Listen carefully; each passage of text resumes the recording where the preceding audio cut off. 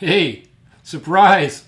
I'm not Shane. No, if you've been following my channel on multi-pour epoxies, working with Shane, you know I'm Rob Sandstrom from Generations Custom Creations.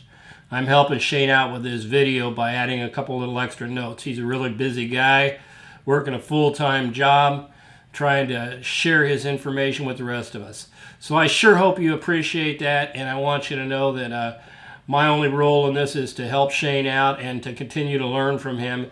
And he's going to give you some kernels of knowledge that I didn't provide in my previous videos. And we'll be going back and forth with our videos as time goes on and sharing information with you on this multicolor epoxy journey of ours. And really looking forward to watching this video with Shane. So hold on to your seats and get ready to learn quite a bit in the next 20 or 30 minutes. Have a great day. Hello, everybody. Hope everyone's doing well.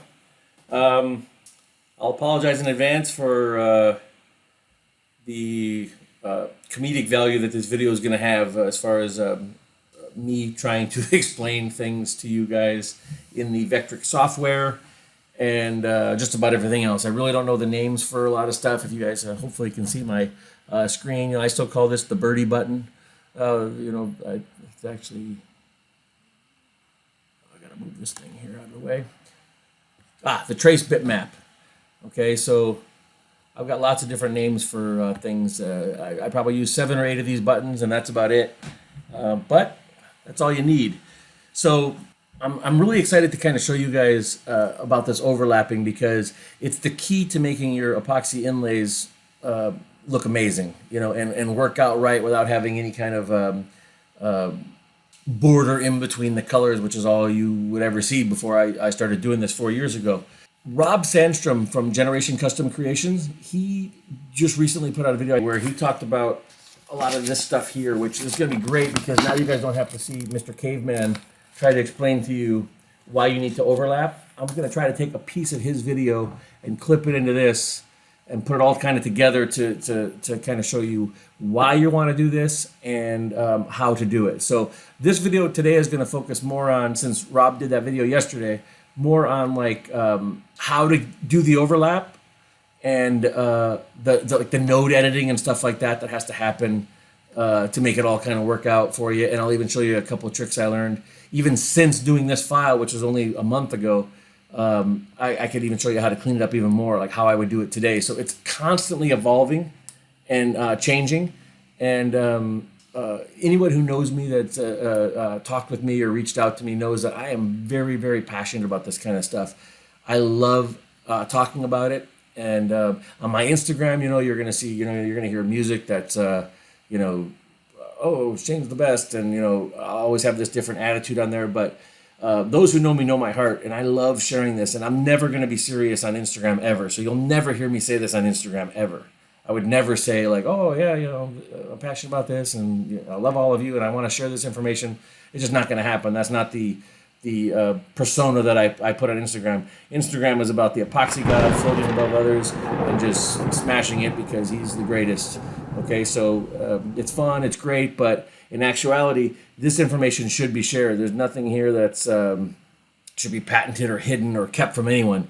Anyone can do this. Okay, so you guys, if you're watching this and you're like, man, I really want to do epoxy inlays. If this is going to be your first time doing epoxy inlay, you just wanted to do it, I hope this video is going to help you a lot. I really think it will, because it's going to give you guys 2 or 3 years of information that I've had to take little by little to turn this into what I've turned it into as far as getting my inlays to look how they do. It wasn't something that like just did right out of the bat. It was like a lot of trial and error, tens of thousands of dollars just wasted in material, epoxy, all kinds of stuff, trying to figure out how to get them. And when you look at my work, you can see like, oh, like this guy, he knows what he's talking about. He might not be able to explain it well. He obviously understands what he's doing here, and I'm going to try to give as much of that information to you as I can. And of course, in the future, I'm always happy to continue to share, make new relationships and friends, and tell you guys all about what I'm coming across or what I found out that can make it better. Lindsay, Rob Sandstrom, reach out to those guys. Those guys are the same way. They love sharing information. There's nobody that's going to be trying to hide anything from you. There's nothing to hide. This is all, anybody can figure this out. It just so happens that I did it. Okay, so, and I want to share it. Like, I want everyone to be doing this. There is plenty of room for everyone to be doing epoxy inlays like this, you know, and I've got quite the portfolio now or work profile of projects just still that people haven't even seen yet. Probably a year of stuff I could put out. I've done over 350 of these things. So, and yeah, some of them in the very beginning sucked, and there's been plenty that I've broken in half or thrown out in the street or in the garbage or set on fire or taken to the shooting range and all that kind of stuff. I can feel myself talking a little quick. That's because I'm in that Instagram life where everything has to fit into a minute. So I'm going to try to take a deep breath and roll it back. Okay, so like I was saying, if this is your first time or second time doing this, I hope you're going to get a lot of information out of this, okay? And I'm going to just jump right into it now. Sorry for burning 5 minutes of your life. Hey y'all, Rob Sandstrom here. Shane has, I'm just kidding. Okay, so what I want to do here is just take you through a file that Rob sent me that's from his video. If you go watch his video, it's just a couple pieces of his file, and then I spread them out a little bit wider because in his video, I think he was talking about a 005, 0.005, working with that. And that is really, really tight. That's super advanced. And what I want to do with this video here, since it's my first video on inlays and I'm terrible at making videos, is kind of get it to be a little more basic for you guys, where you guys can just see like 3 colors. You know, we're going to put pink, blue, and then black in the middle. And the black line is about a 0.05, which is a ton of room, more room than you'll ever need to do overlapping. So a 0.05, if you've ever got that, when you size up your logo on your project in V-Carve, and you take the little measuring tool and you check to see how wide your black lines are, or whatever color lines those are that are going in between logos. If you've got a 0.05 or more once you resize, don't worry about it. This is exactly the video you're going to want to watch, and this is going to show you how to do it. So your stuff comes out real nice, okay? So let me go ahead and just run one of these. I'm going to go ahead and run the pink first. Preview. Okay, so now remember, this is the top of the board looking down, and normally, you know, the epoxy, if you tried to pour pink in here, would just spill over the sides. But since we are looking at this from a side angle, I wanted to make sure you guys would be able to see from a side view the actual overlap, and I'm going to try to keep this part. Okay, so there's the pink. It's cut down. This is with a 15-degree bit, and then now we're going to kind of go over here and run the blue. Okay, so with this, you guys can see that the pink and the blue are kind of coming together. There's a little bit of room in between them. And that would be wood or whatever you're cutting into. Whether you did it like a epoxy. Got some of that Rob's hair on me. Just kidding, Rob doesn't look like that. You guys know.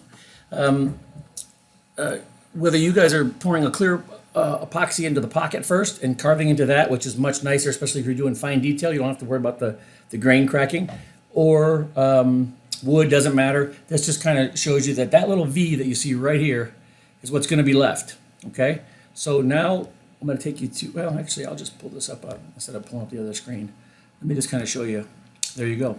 So this kind of shows you that when this bit, you kind of got to imagine when this bit gets run, there we go, a little cockeyed, but I'm not going to keep messing with it. So you can see when this bit gets run, it's going to come here to here. And this will be your last cut. Remember, this will be all solid blue from to here.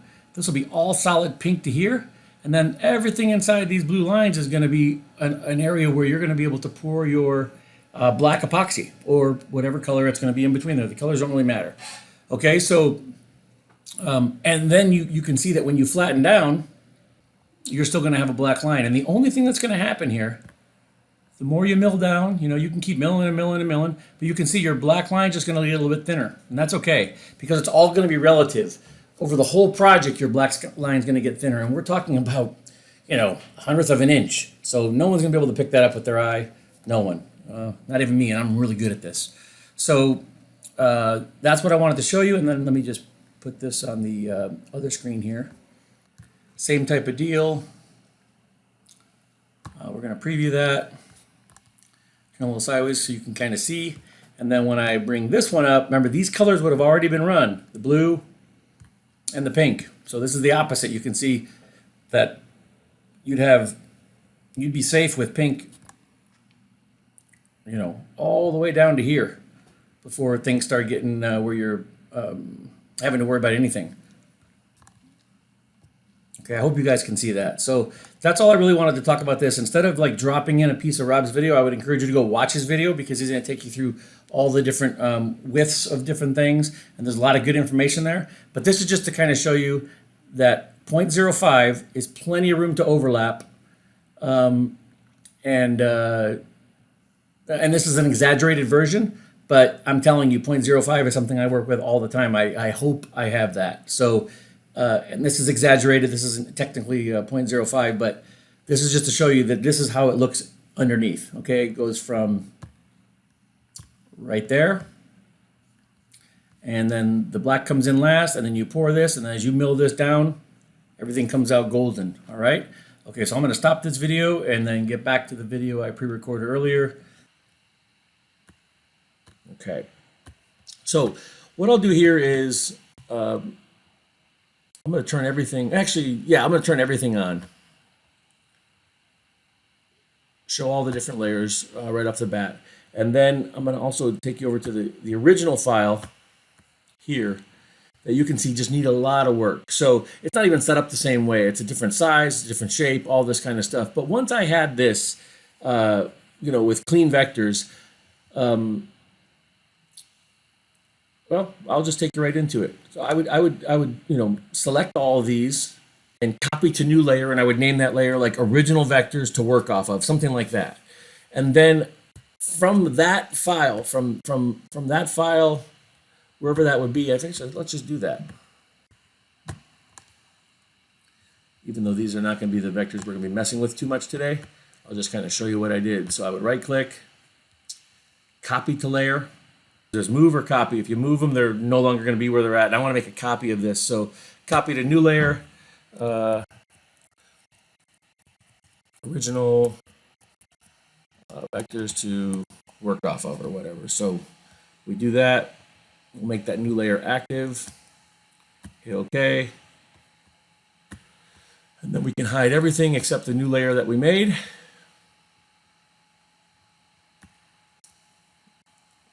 And there we go. 'Cause I've been living life right like I could just die any minute. Going for a ride down the side, PCH country limit. I don't need a guide, follow lights, take me where I want to visit. Are you alive? Or just breathing? 'Cause I've been living life right like I could just die any minute. Going for a ride down the side, PCH country limit. I don't need a guide, follow lights, take me where I want to visit. Are you alive? Or just breathing?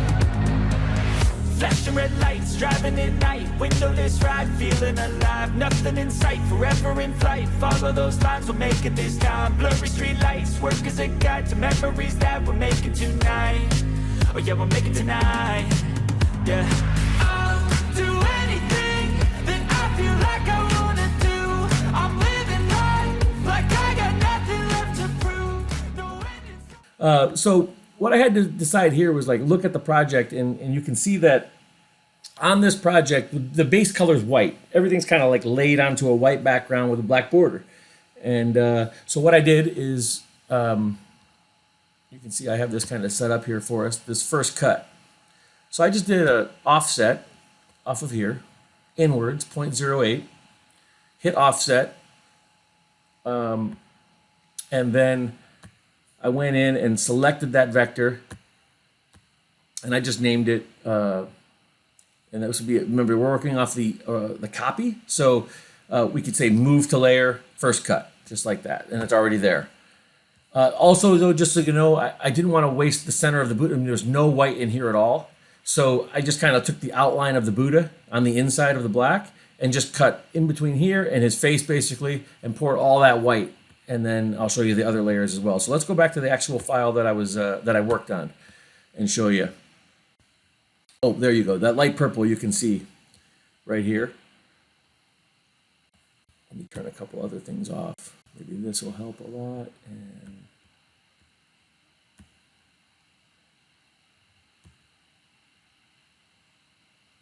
there's a backup set right there. Turn that off, and now you can see there's the first cut. So everything in between these purple lines is going to be white. And remember, we didn't go all the way out. We kept that inside just enough so later on when I cut out here to here, we're going to have that perfect line in between the white and black, because this area in the middle here would be still white.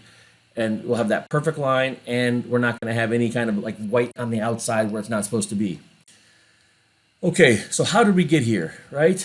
Let me show you. The first color I wanted to do was the skin color. And here's how you want to overlap that. You'll go to your original vectors, which are on the other page, but we're going to just work off of these, and we'll set them up. So basically his whole face, his ears, his torso, oops, I missed it, his hand, the chicken leg turkey thing, whatever. I mean, this looks like just a shaft and a set of whatever, but we're just gonna, okay, come on, man. Okay, and now the toe, and both feet. Okay, so everything inside that pink that you see there is going to be the skin tone, but we want to make sure we come out and when we cut that, we cut out a bit into where the black is going to be. So later when we cut the black, we've got that nice straight line between the skin tone and the black. So what you want to do here is you just pull these out of your original, your copy. I mean your copy of your original vectors. You would do this, copy to layer, and then we're going to say new layer. And I'm going to just I'll put skin test. That doesn't sound creepy, right? Skin test. Okay, and we'll just make them red so they stand out. And new layer is active. That's going to be important right now, so and I'll show you why. Okay, so we turn off all the other stuff. And we're left with vectors that ride right along black. And remember, in Rob's video, and on this awesome drawing here, we're going to show you why you cannot. You can leave the vectors right here and just do your project, but it's going to look like shit. And I think you're watching this video because you don't want your projects looking like shit, right? So what we're going to do is select. Oops, there'll be a quicker way than that. Hold on a second. Turn those off. Okay. It seemed like a duplicate, but that might have just been. Yeah. Okay. So we're going to select all these. And then we're going to come over here into offsets and layouts, and we're going to click on offset. I'm going to show you at a 0.7 what happens. We're going to delete original because we're not going to need them anymore, and we're in our active layer of skin test. So we'll go ahead and oops, why am I going inwards? We're going to go out. There we go. Okay, so we're going to go ahead and offset, and let me show you what happened here. We're going to be just a little short because I kind of looked at this earlier, and that's okay. This would still actually work. Let me show you what happened here. When I bring up the black layer, you can see if you cut this will be fine. You're still going to be cutting out all this later, and so this whole thing inside this red would be peach, and then later on you'd cut right into the peach, right up to this vector, and it would just look like the perfect little peach ear left over right there. So and this is okay, but you're also going to leave yourself this little wall in here that's not very wide. Let me get the measuring thing here and just kind of show you. Yeah, 0.025. Okay, I mean that's not too small of amount of room to work with if I was trying to leave that for something. But I'm not going to want to mess with that during this pour because little crumbs and shit can come off of there, especially if you're just cutting into wood and you're not going to do like a clear pour into a silhouette or something like that on some of your project. This project wouldn't matter. The first pour was already white, and well, actually no, in here, yeah, it went into this to the inside of the face. So it would be epoxy anyhow. But let me just kind of show you how to manipulate this. You guys probably know this better than me, so but this is really a video for people who are just trying to get into this like I did 4 years ago and want to be able to do this. So I'm going to show you. So I would just grab this node here, keep it on the same angle and pull it through there. Grab this node here, keep it on that same angle and pull it through there. And then I used to pull these one by one, but I figured out you can just hold down the shift key and grab them all and bring them out past.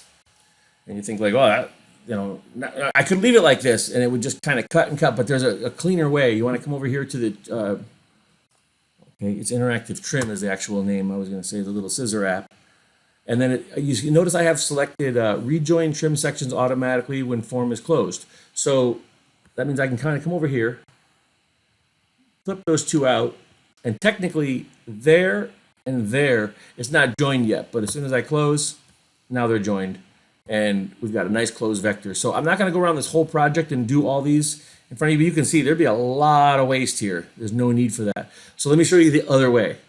But there's going to be times where you just can't do what I'm about to show you. So you just have to do some node editing and some vector work and some cleanup, and that's okay.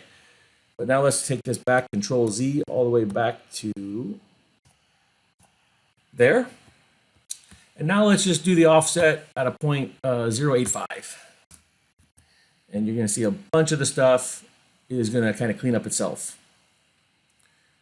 Okay, outwards, delete original, and skin test is still active. Offset, there you go. So you can see that now it just kind of did it for us.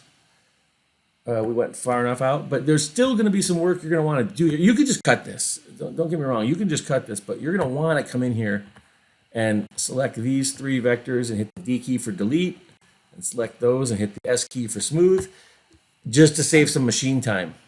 So right here, now I didn't do this originally, but if I was doing this again, I would come in here, I'd hit delete,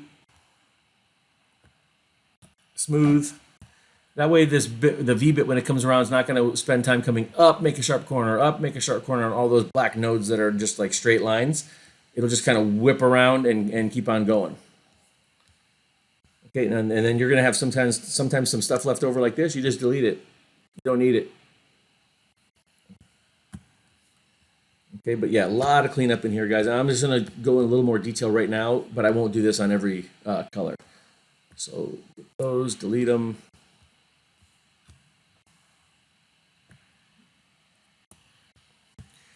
Okay, that'll be nice and smooth coming around. Obviously right here, same thing.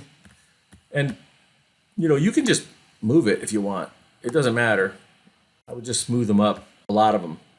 You know, almost just kind of come in here and just grab them all. This is going to make your V-bit pass so much quicker because there's a lot of times where it's coming around to look up zzz, zzz, zzz, zzz, and try to make all these little sharp corners. You don't want that. So there's probably a better way. Make all vectors smooth or whatever, then do that. Right now, all I know how to do is just select them all. Thank God it's not one by one like it used to be. I had no idea I could select multiple ones at the same time and just till maybe a month or so ago.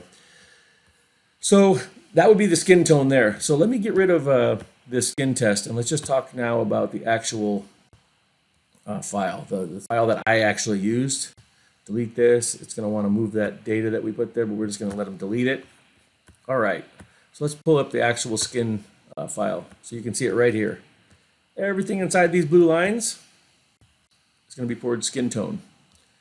The feet, everything. And you can see this all gets cleaned up later very nicely when you can remember this all is going to be skin tone, but now the black's going to kind of come in and cut out the toe and along these lines and make everything nice and sharp.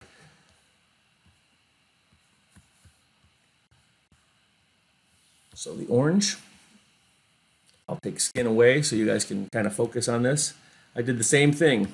If you go back to this original file right here, now this is the original file, so this kind of overlapped already. So if this little thing around his head had been orange and these have been orange, this would have been a simple just scissor cut right through and just pour the whole thing, but it's not. So I had to kind of come in.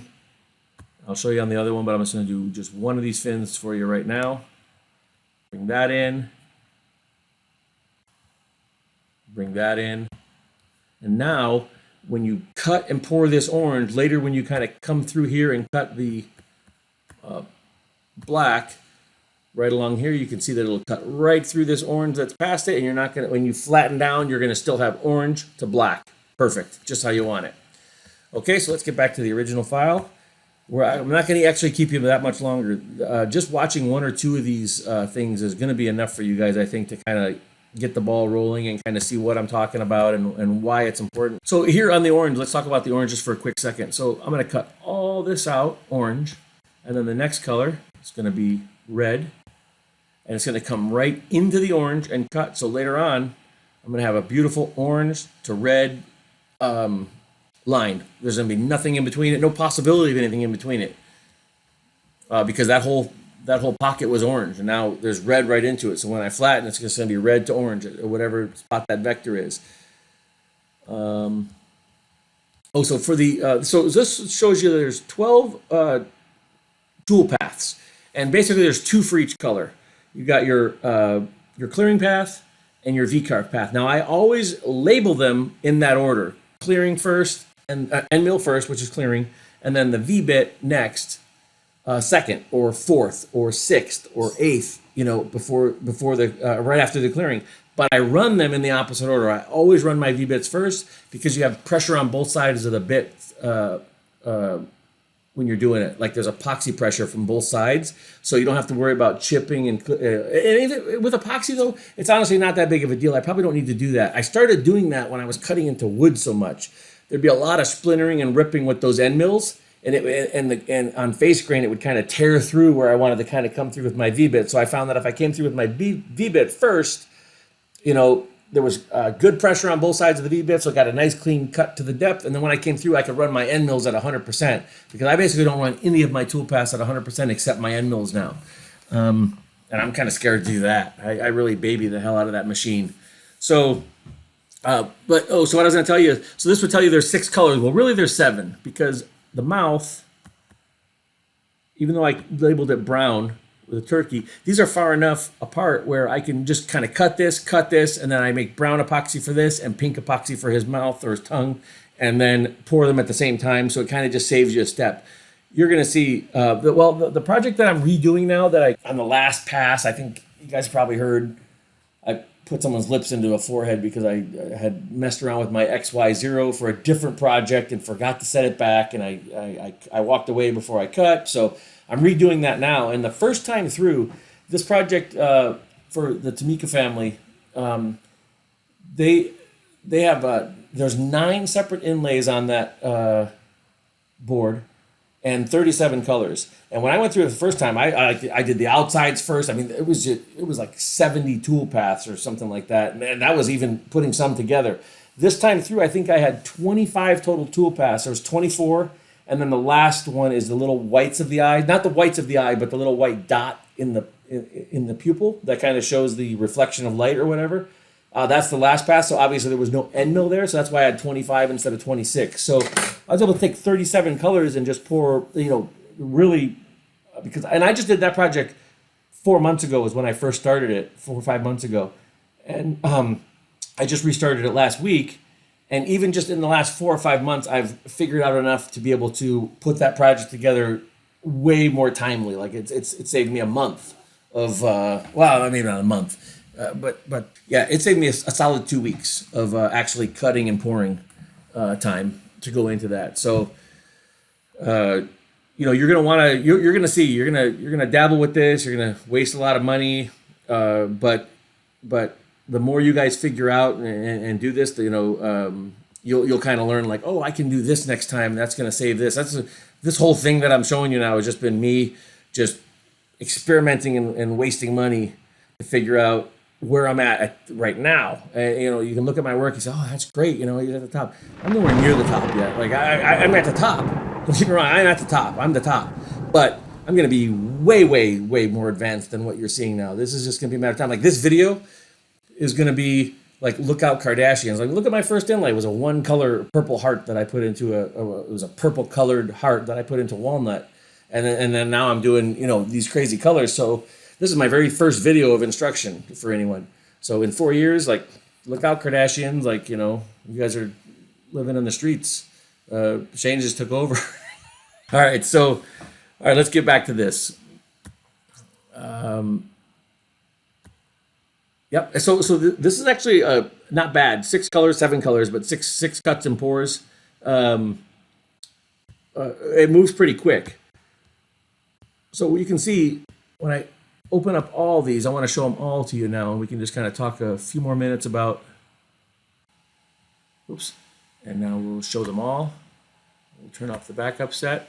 And so now let's zoom in here and just kind of see what we're doing here.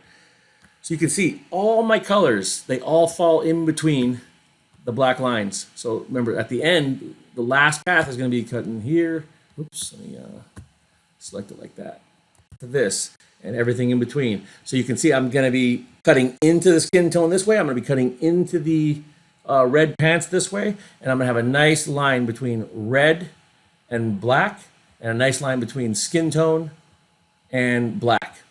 And it's going to just, you know, it looks perfect. I'll kind of clip in right now something to kind of show you that project. But that is about it, guys. You just want to make sure you can see this one kind of traveled in here. Didn't matter. You know, this is all white epoxy in the beginning. Then the skin tone came out and wiped all this out all the way through to here.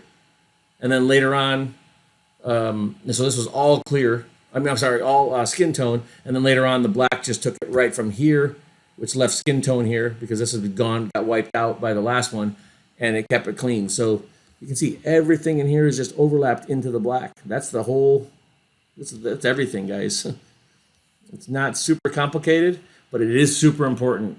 Your projects will not look how you want them to look unless you're overlapping. Or unless you're taking 1/10 of a millimeter off of your board at the very end. If you leave them lined up, you can do that. If you guys want to just hand sand and something like that, and you guys feel that your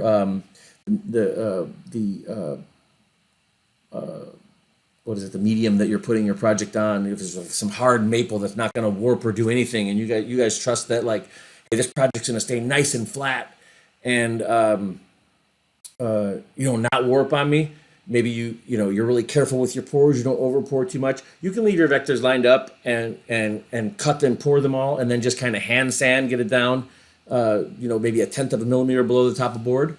And you'd probably still look okay there. But you go any deeper than that, you're risking exposing what is in between that spot on Rob's video that I hopefully already edited into this at some point back further. All right, guys. Hey, I appreciate your time. There'll be many more of these videos coming out, but you guys know I'm crazy, but I have a regular job that takes up a lot of hours, and so I'm doing this 3 nights a week and Saturday, a little bit on Sunday morning, right now Sunday morning, and getting ready for Super Bowl. So you guys have a great rest of your week and enjoy doing this. And I look forward to hearing you guys let me know like what's going on, and you guys feel free to ask me any questions. It's best just to get a hold of me through my Instagram. All right, I'll talk to you soon, guys. Bye-bye.